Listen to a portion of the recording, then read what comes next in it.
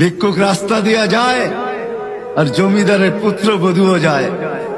একজন সামনের থেকে আসতেছে, একজন সামনের দিকে যাইতেছে। দুইজনের ক্রসিং এর সময় ভিক্ষুকের গায়ের কাদা জমিদারের পুত্রবধূর গায়ে লেগে গেছে।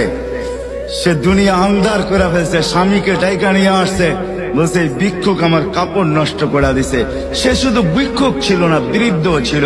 বৃদ্ধ ছিল না শুধু, জীর্ণ ছিল, শীর্ণ ছিল, শরীরে কাপড় ছিল না, ফাটা চিরা কাপড় ছিল, পায়ে জুতা ছিল না, পেটে ভাত ছিল না। জমিদারের পুত্র সইতে পারে নাই, যৌবনী শক্তি সয় কি কইরা তার স্ত্রীর গায়ে ভিক্ষুকের কাদা, বস সমগ্র শক্তিকে হাতে একত্র করা বৃদ্ধের গালে বসায়।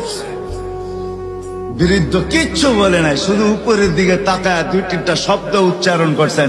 শব্দগুলা হলো ইয়া মাল্লাহ তারা হলো ওয়ুন, ও আল্লাহ চোখে দেখা যায় না, ও তারা কুল্লা শাই তুই সব দেখিস, ফারা তারা মা বি তুই কি দেখিস না আমার সাথে কি ঘটতেছে, এটা কি দেখিস না?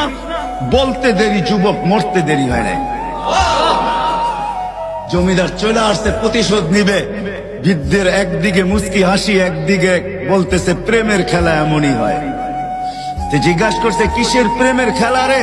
বলছে ওর প্রেমিকার গায়ে আমার কাদা লাগছে, পায়ের কাদা লাগছে, ও সইতে পারে নাই। যৌবনী শক্তি দিয়ে আমার বৃদ্ধ গালে বসায় দিছে। আমাকেও একজন ভালোবাসে, সেও সইতে পারে না, সেও সইতে পারে না। ও তো থাপ্পড় দিয়া খেলতো, সে জান নিয়ে নিছে, জান।